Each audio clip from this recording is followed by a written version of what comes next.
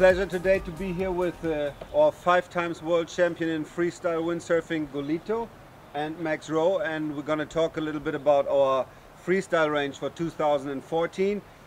We're going to introduce 4 hot brand new models, shapes in our limited team edition, and we present 2 models which have been famous for a couple of years already, our 100 and our 110 in BIX glass version. Gollito, how does the new board feel?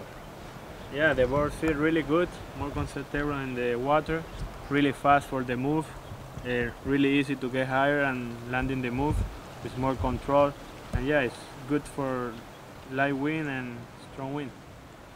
A couple of things that you might notice: we increased the tail thickness slightly around this area, but actually kept the rail fairly thin between the straps. We tried various versions with thicker rails and even thicker tails. Gollito didn't like it that much. In the end we went back to this. This is fairly close to what we've been seeing. Big change is on the bottom shape. It's pretty flat, there's not much V. And one thing you'll notice immediately, if you look around this area, we're introducing actually the slot box into our freestyle boards. Why is that?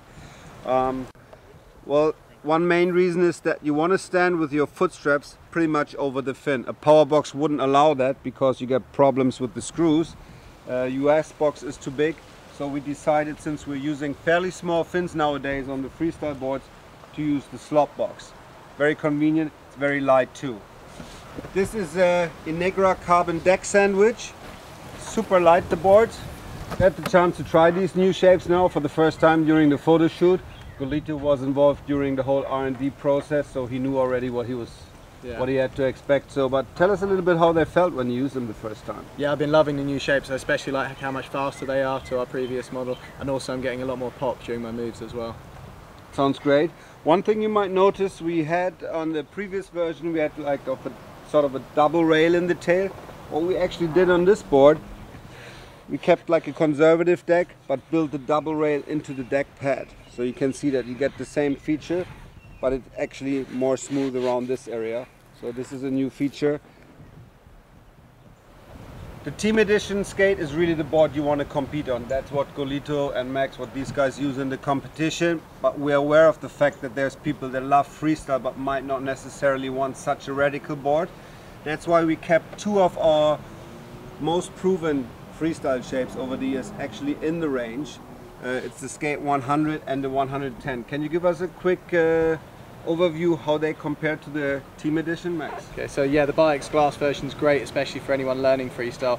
It's a little bit longer, so it just allows the nose to engage a bit easier. So anyone starting out learning Spocks and Vulcans, this is the perfect board for them.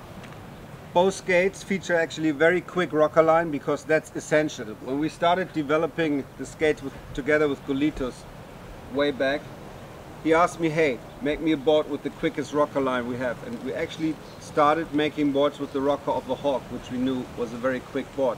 So both these boards have a very fast, responsive and quick scoop rocker line, which is essential for these guys to get on the go quickly and then plane through their moves, because I guess speed and early planing is everything in freestyle, because without speed you're not really going anywhere. Or yeah, exactly, yeah. The faster you're going, the better it looks.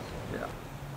Well, I'm not a freestyle specialist myself, because what these guys do is incredible, but one thing I know, and what they tell me, they're looking really for balance in the board. So if you look at the board, at the shape, from nose to tail, you can see that the volume distribution is very even and balanced. So it's not like there's no volume in the nose and a lot of volume in the tail. No, because those guys do things backwards, forwards, upside down, whatever, I don't even know. We kept the volume distribution very even throughout the board, and that helps them to keep the balance. It's a super important fact. Also, when you look on the rail shape, from the nose, keeps a very similar profile all the way to the tail, where we beef it up, as I said earlier, to make sure the guys can slide on their backward moves. So that's the secret behind these boards. Good luck, guys, and I hope to read all about it after. Yeah, cheers, we can give good results. Yeah.